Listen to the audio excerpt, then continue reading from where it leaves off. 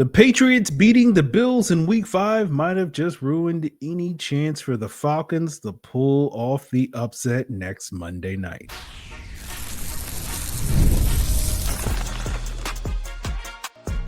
You are Locked On Falcons, your daily Atlanta Falcons podcast. Part of the Locked On Podcast Network, your team every day. Welcome back, everyone, to another illustrious episode of the Locked On Falcons podcast, your daily Atlanta Falcons podcast, part of the Locked On Podcast Network, your team every day.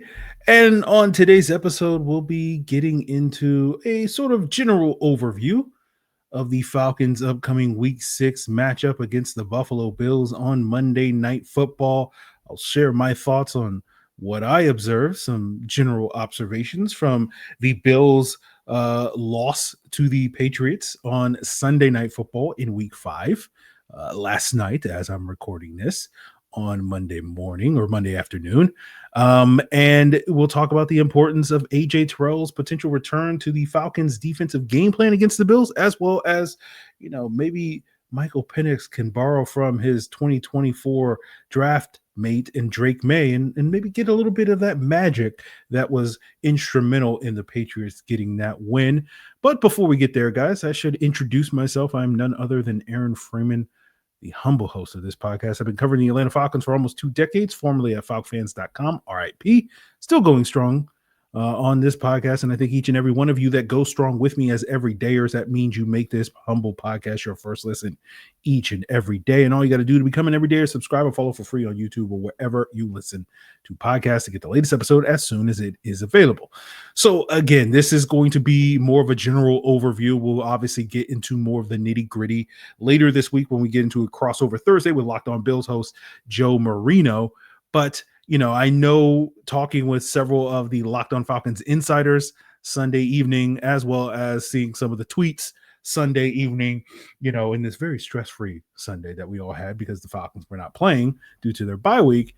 But, I know there was a lot of Falcon fans expressing apprehension over the potential of the Patriots beating the Bills because they were hoping that, the Bills will beat the Patriots and go into Week 6 overconfident, and maybe we could catch the Bills sleeping. But now that they've lost to the Patriots, they're going to be hungry. They're going to come out there firing on all cylinders, and therefore you're more likely, if you're the Atlanta Falcons, to get a better version of the Buffalo Bills in Week 6 than you would be if they were coming off of a win. And I certainly understand that sentiment. The Bills are not a team that has been known to lose 2 games in a row very often, especially in the last 5 seasons since Josh Allen became Josh Allen, which, that became the case in 2020, starting in 2020, and has been the case for the last 5 years. Looked it up today. The Bills are 17-5 over that 5-year span in a game immediately following a loss. So they win over 75% of the time the following after losing a game. And, they're 3-1 when it's a home loss, and they follow that up with a road game. So they're 3-1 on the road, which they will be next week or on Monday night, next Monday night against the Falcons following a home loss to the Patriots. So again, 75% chance based off of those numbers over the last 5 years that the Bills come out, and play a winning game of football. Now you contrast that with the Falcons, success and failure. They'll be coming off their bye week. They're 2-3 over the last 5 years following their bye week, although they're 1-1 when they're coming, over that same span, when they're playing a home game coming off the bye week. They're 4-4 overall, in Mercedes-Benz Stadium coming off their bye week. The Falcons just had a home win against Washington, and they're 3-3 over the last 5 seasons when they follow a home game against a home win. And so essentially, any way you slice it, the Falcons are basically got 50-50 shot in terms of winning this game. And so they're just a normal team, while the Bills are an exceptional team under these circumstances. And so we'll see if the Falcons can kind of change the narrative, obviously get a upset win in this matchup I don't want to call it a statement game, because the last time I talked about the Falcons having a statement game, they got blown out 30-0 by the Carolina Panthers.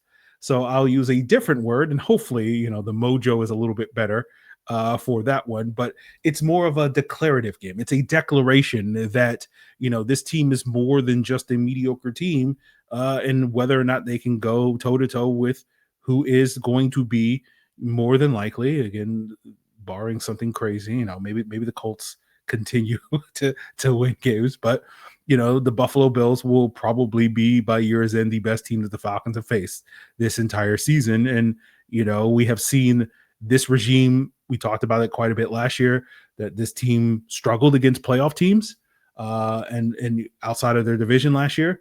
And so we'll see how they fare this year in terms of who. It does look like Tampa Bay is going to make the playoffs as we sit here today. We'll see where Minnesota and Washington fall in that hierarchy as well. But Buffalo does seem very likely also to make the playoffs. So we'll see how the Falcons sort of perform. And it goes back to something I said during the summer: respect is earned, it's not given.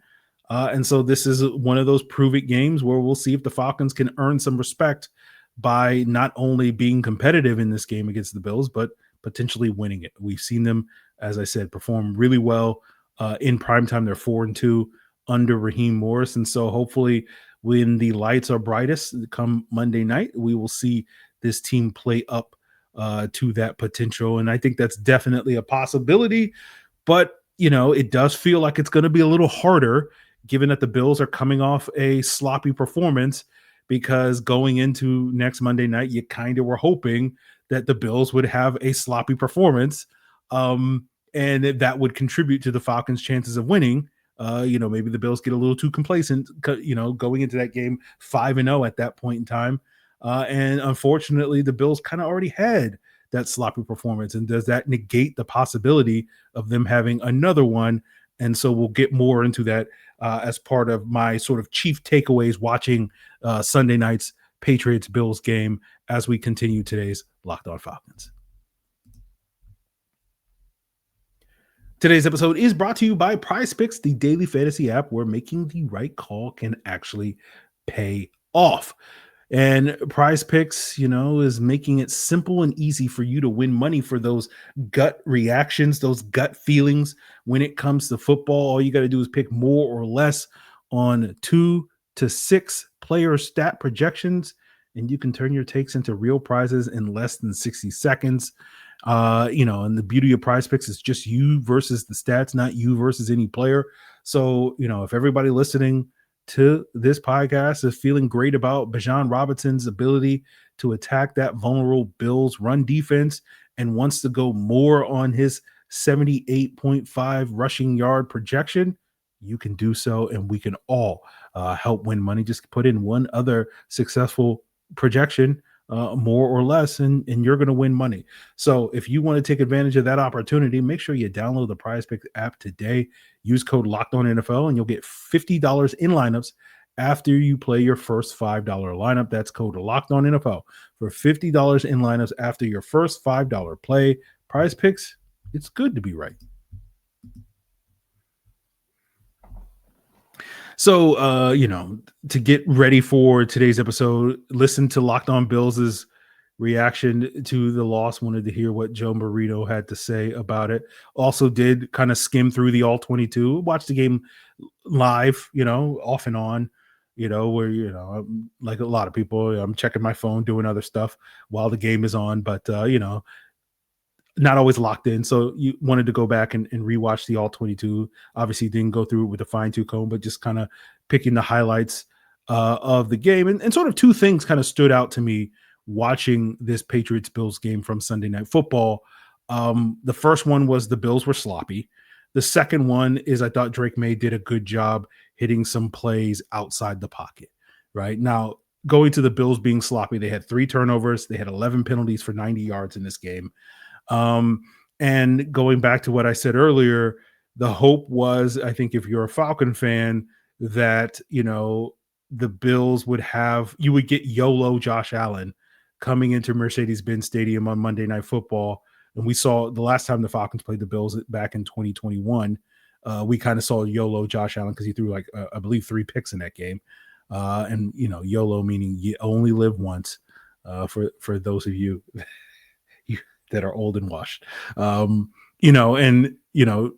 Josh is the type of guy that's known to push the ball down the field. And you kind of got a glimpse of YOLO Josh last night against New England, because his one interception was kind of him forcing a throw late over the middle, and Marcus Jones undercut it and picked it off.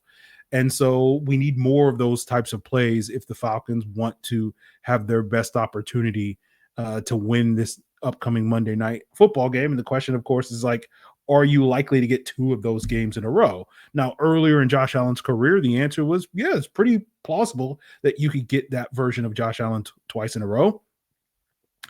As Josh has seemingly matured, settled down, all that stuff, you're not getting that version of Josh Allen as consistently. And so we'll have to sort of see. And that's kind of the issue, where it's just like, you don't really control what version of Josh Allen is going to show up. Now, later in the episode, we'll talk about sort of what little control the Falcons have in trying to, keep Josh Allen contained and whatnot in that regard. But, you don't want to be in a position where it's like, well, we just are betting on the other team sucking, like that's kind of the situation where you really needed that for the Falcons. And, you kind of got that on Sunday night against the Patriots from the Bills. And so it feels less likely. And again, going back to those stats where, usually the Bills will bounce back. So we'll see if they do on Monday night. Now, the second thing that stood out to me watching the game was Drake May outside the pocket. Now, looking it up on PFF and True Media, he had a league high, and again, we'll see what the Monday night football game with the Chiefs and whatnot has to show for, Patrick Mahomes could do some things. But, so far through the week 5 slate, Drake May had a league high 18 dropbacks where he was able to get outside the pocket, right? And he went 7 for 12 for 87 yards on those 18 dropbacks. He had 4 sacks and obviously, had a number of scrambles on that in a game, but he was able to hit a couple of big time throws, including one to Stephon Diggs that helped set up a go-ahead touchdown. I believe it was at the second or third quarter. I can't remember. I think it was the third quarter. That set up that go-ahead score. And you saw him kind of late in the game, able to get outside the pocket and make a crazy throw to Stephon Diggs that helped, the Patriots get into field goal position to hit the game winner and whatnot. And so, will we see something similar from Penix? Will he be able to make some of those off structure plays that Drake May was able to do? And the reason why that matters is just because the off structure stuff is hard to defend for a defense, where it's just like, oh, well, you call up the defensive play, you cover your guys, everybody's in position for the first, 3-ish seconds of the play, like it's drawn up, and then the quarterback breaks outside the pocket and buys his receivers another 3 seconds to get open. And it's really hard for guys in the secondary to, cover for that long. And if you can't get the quarterback down on the ground, like, the Bills were able to do 4 times, those other times it opens up a possibility for him to hit, some big plays down the field. Right now, how that applies to the Falcons, we haven't really seen Michael Penix shine in terms of getting outside the pocket. Now, one of the things we pointed out last week coming off the Washington game was that was arguably his best game of his career, where he was able to show that, where he was able to get outside the pocket, extend plays, and hit a couple of throws down the field against Washington. That was, quote unquote, uncharacteristic of what we had seen from Michael Penix in his 6 previous starts. So the question, of course, is, okay, will we see more of that? Now, again, we're only talking about, I want to say like 4 or 5 plays in that Washington game, as opposed to 18 that we're talking about in this Patriots-Bills game. So I don't think we're going to get to that number. But if we are at 4 or 5 or, 7 or 8 of these plays, are we going to be able to get that type of performance from Michael Penix if, those opportunities are expanded, right? Will he continue to do that? Or will we look back at that Washington game and, a couple of weeks from now and be like, yeah, that was more of a one-off. Like Penix was really good outside the pocket in that game, but just kind of ho-hum elsewhere, which is he's mostly been ho-hum outside of that. So that's going to be an open question at this point in time. But, I do think Penix doesn't necessarily have to get outside the pocket in order to win. It's just, to me, it's notable because, again, going back to something we talked about on yesterday's episode, I think the Bills defense is good. And I think they're a disciplined defense. And so having that little thing in your back pocket of being able to extend plays and buy more time to give your receivers opportunities to make plays down the field and get open, obviously I think is a bonus. I don't think it's necessarily something that is necessary. Like we saw this against the Ravens, like you would assume.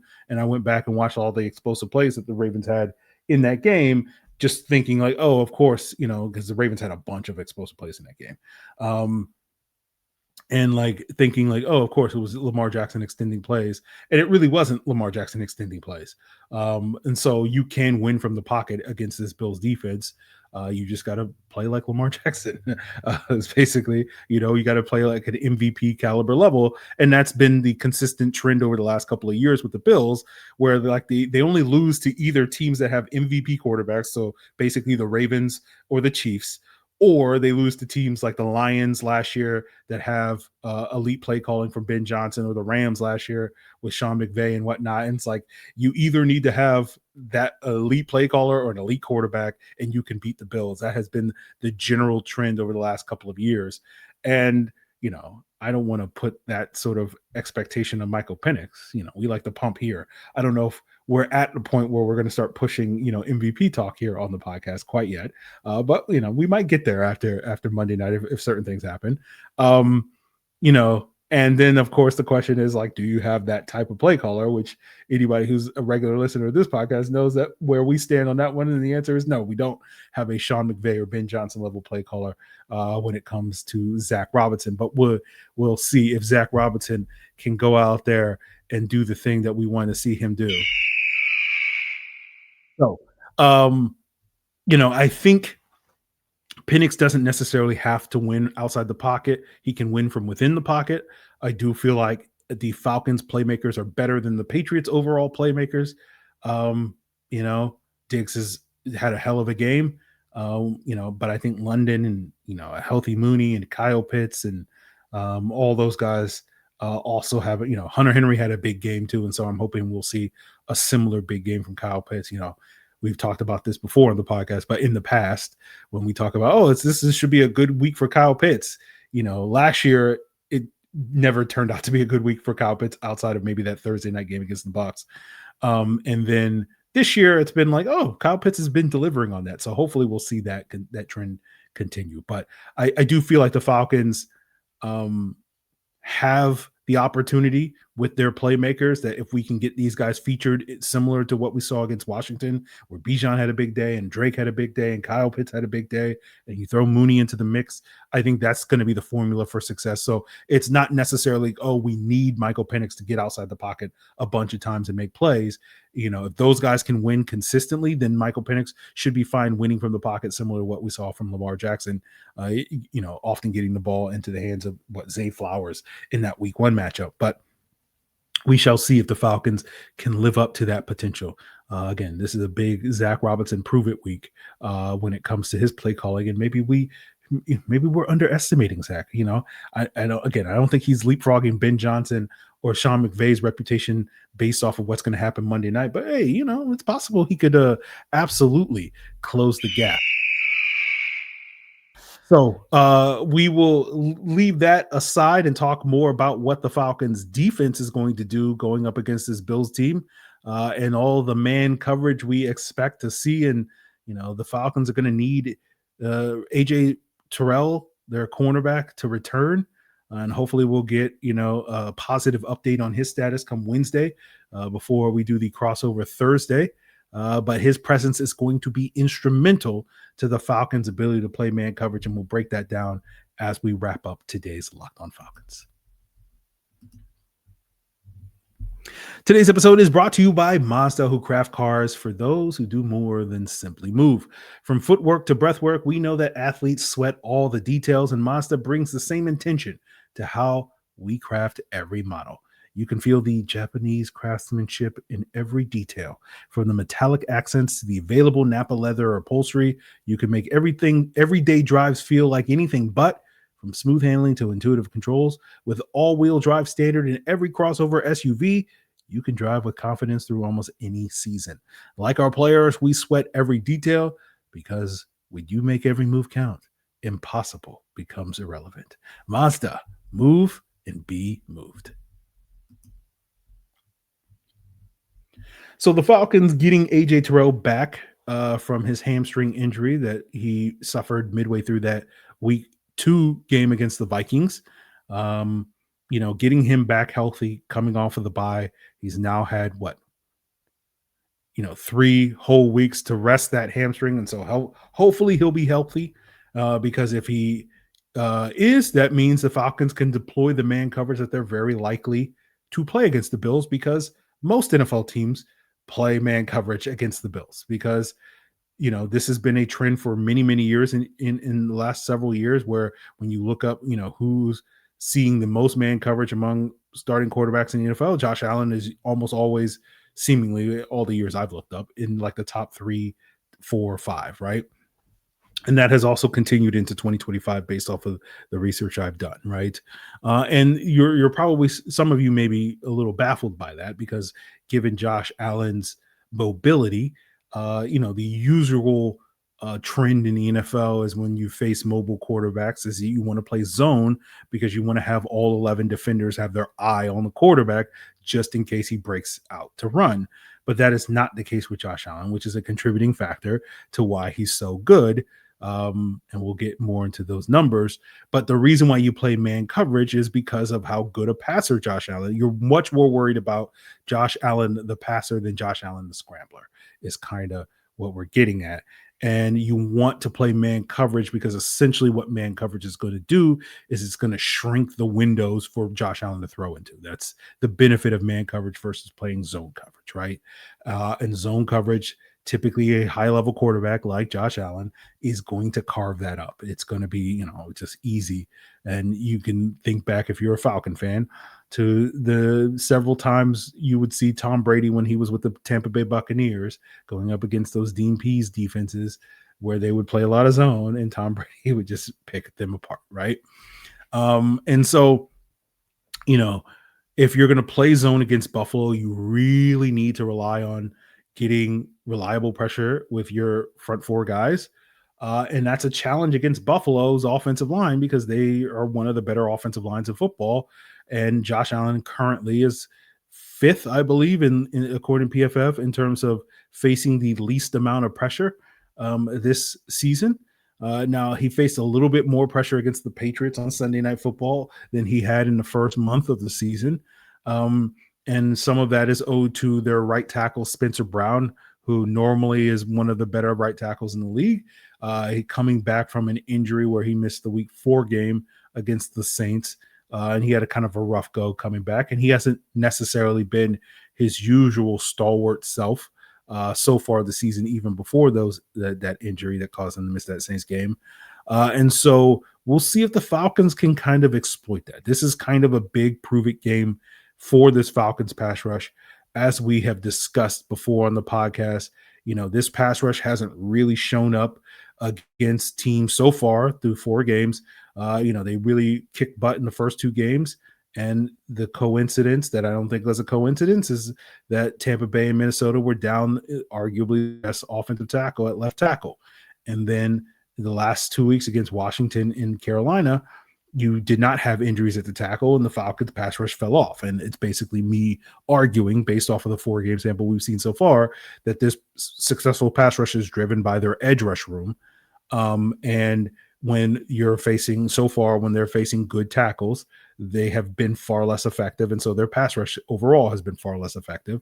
And Deion Dawkins is one of the best left tackles in football. And Spencer Brown normally is one of the better right tackles in football. And so we'll see if the Falcons pass rush can take advantage of that. Again, so far the answer when they face a offensive line like Buffalo is that they haven't been able to really reliably and consistently pressure the quarterback to the level that we would like to see.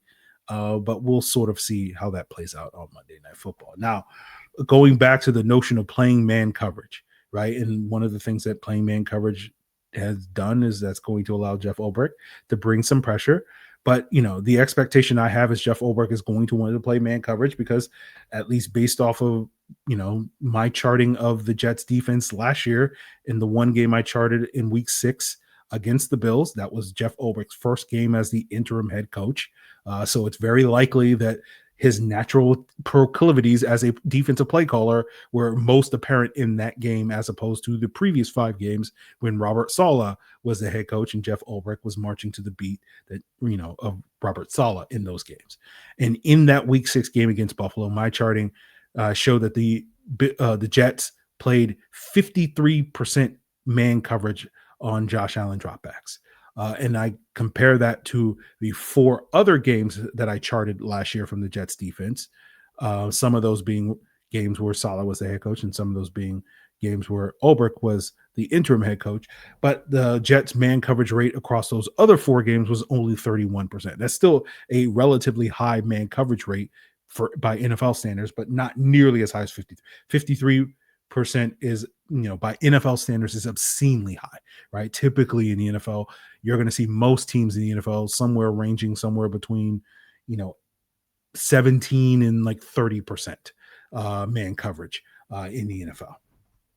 That number used to be higher, but in the last couple of years, teams have gone veered more towards zone as a way to try to limit explosive plays. But so to me, like I would be surprised if Jeff Ulbrich wants to play zone coverage in this game.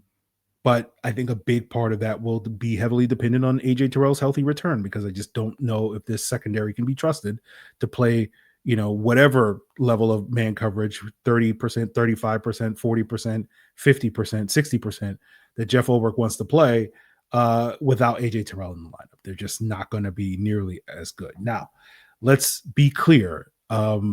Just because you play man coverage isn't solving the problem, right?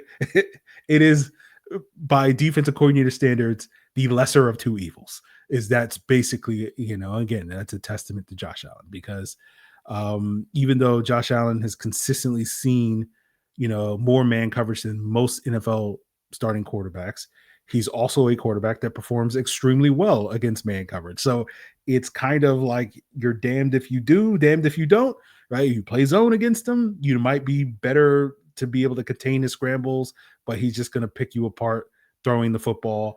And man coverage, you open yourself up to be gashed with some of those scrambles, but that's the only chance you have of really slowing down his arm. And I got some of the stats for you, looking it up over at PFF, his 2025 stats of Josh Allen, that is, passing versus man coverage or zone coverage. Against man, Josh Allen completes about 61% of his passes so far this year. Against zone, it's 76%. So that's what we're talking about, where it's like there's no chance. Again, you're letting the offense complete 76% of the passes. That's not going to be great for you. The passer rating against man coverage for Josh Allen is 110. It's 109 versus zone. So again, it's basically his efficiency as a passer. Doesn't matter what you throw at him, he's going to be extremely efficient. His success rate against man coverage, which also includes scrambles, is 55% against man. It's 54% against zone. So either way, those are extremely good success rates that you want. And, you can look at the scrambles against man. He's scrambled 9 times this year and averaged about 12 yards per rushing attempt. And against zone, he scrambled 10 times and averaged about 8 yards per rushing attempt. So it's like, okay, playing zone means that he'll get 4 less yards on the handful of times he scrambles. So, instead of getting 70 yards, he'll get 60 yards or something like that, whatever the math works out to be.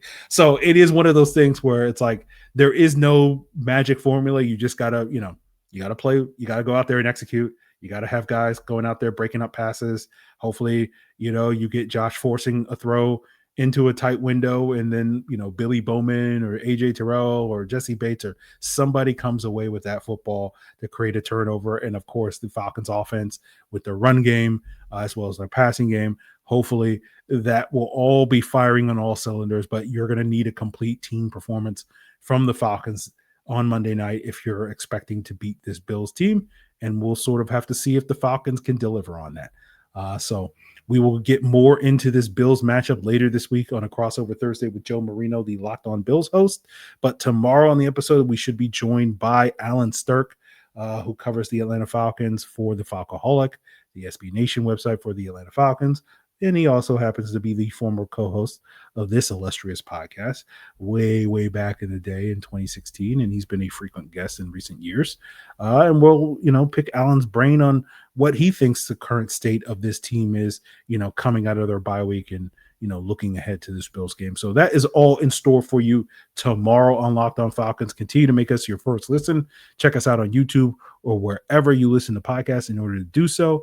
And of course, if you want to catch up to all of this past weekend's action, you can check out Locked On NFL, 2 shows daily that will give you all the scoop of all the biggest stories and headlines from around the rest of the NFL. It is all part of Locked On Podcast Network, your team every day.